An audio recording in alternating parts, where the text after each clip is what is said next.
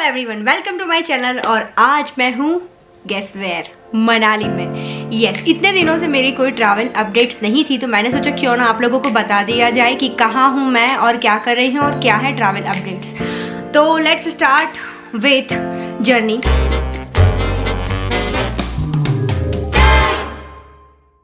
तो जर्नी शुरू हुई थी, ये जर्नी अहमदाबाद से शुरू हुई थी और केदारकंठा ट्रैक तक थी, लेकिन वहाँ से आगे कंटिन्यू हुई हरिद्वार, ऋषिकेश एंड देन आज है मनाली।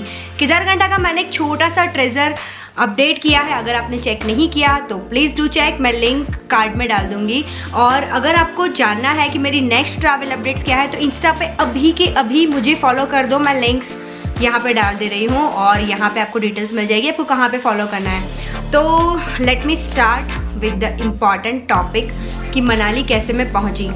तो ये जर्नी शुरू हुई जैसे ही केदारकंठा ट्रैक ख़त्म हुआ। केदारकंठा ट्रैक ख़त्म करके आपको सांकरी से जाना होता है देहरादून। देहरादून से बस पकड़ के मैं दिल्ली आई, दिल्ली से मैं मनाली आई, मनाली से हम लोग बाय प्राइवेट व्हीकल इस जगह पे आए हैं। And thank you so much to Gujarat adventure club and touring tours, जिनके एसोसिएशन में ये टूर प्लान कर रहे हैं। तो अगर आप भी सेम टूर प्लान करना चाहते हैं तो कांटेक्ट कर सकते हैं, सारी डिटेल्स डिस्क्रिप्शन में है, as I already mention you.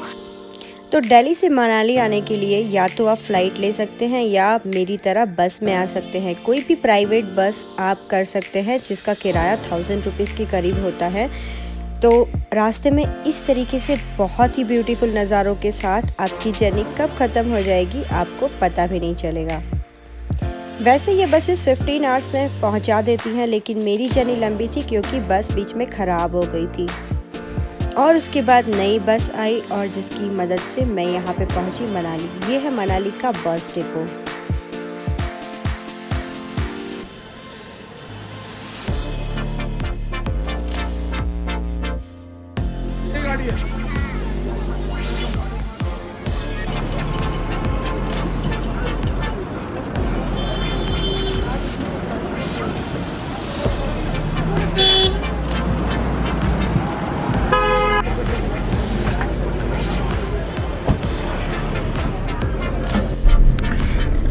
तो हम बैठ गए हैं यहाँ से गाड़ी में और अब हम जा रहे हैं मनाली सिटी की ओर।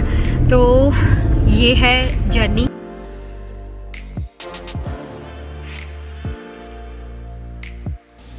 और अगर आपको ये लगता है कि मनाली में ट्रैफिक नहीं है तो आप बिल्कुल गलत हैं, क्योंकि यहाँ पे भी बहुत ट्रैफिक होता है टूरिज़्म की वजह से।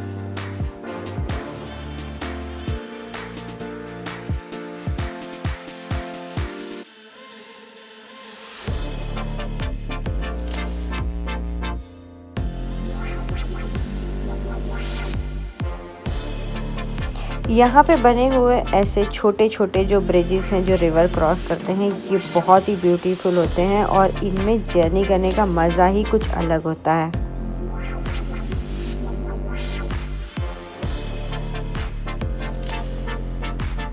और इसी ब्यूटीफुल जर्नी के बाद मैं पहुंची अपनी होटल, जो कि एक वुडन होटल थी और बहुत ही ब्यूटीफुल डेकोरेटेड थी।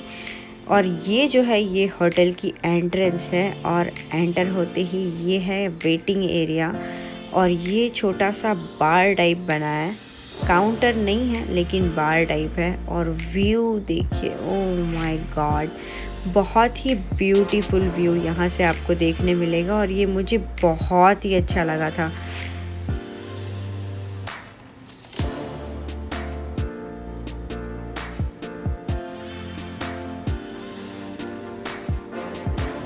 बहुत ही वेल मेंटेन वेटिंग एरिया और बहुत ही वेल मेंटेन डाइनिंग एरिया यहाँ पे है।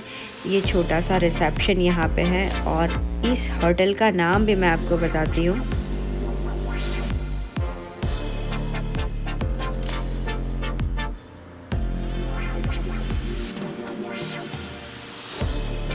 तो ये जो होटल है ये है माउंटेन ग्लोरी और अगर आप यहाँ पे आना चाहते हैं तो लिंक्स डिस्क्रिप्शन में है, आप चेक कर सकते हैं। और अब मैं आपको दिखाती हूँ मेरा कमरा।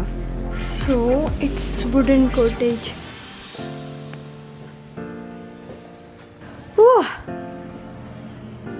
So nice. और ये है कमरा।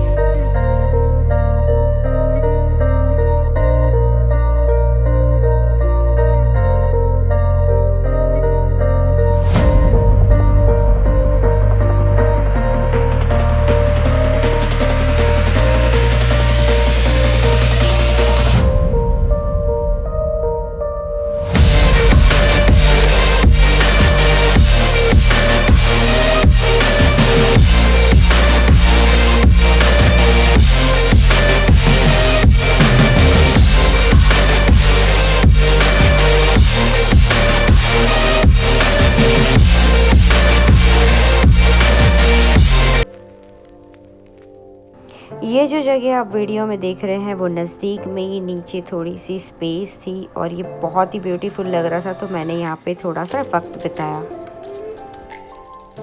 And one most important thing कि केदारकंठा का जो डिटेल्ड व्लॉग है कि आपको कैसे स्टार्ट करना है, क्या आपको गाइडलाइंस चाहिए वगैरह वगैरह, वो सारी डिटेल्स जैसे ही मैं घर पहुंचूंगी, जैसे ही मेरे पास लैपटॉप आएगा, मैं अच्छे से वो डिटेल्ड व्लॉग अपडेट करके उसको रिलीज़ करने वाली हूँ। तो do subscribe to this channel and do not forget to hit the bell icon. और यहीं पर हम इस ब्लॉग को एंड करेंगे और अब मिलते हैं नेक्स्ट ब्लॉग में, तब तक के लिए बाय बाय।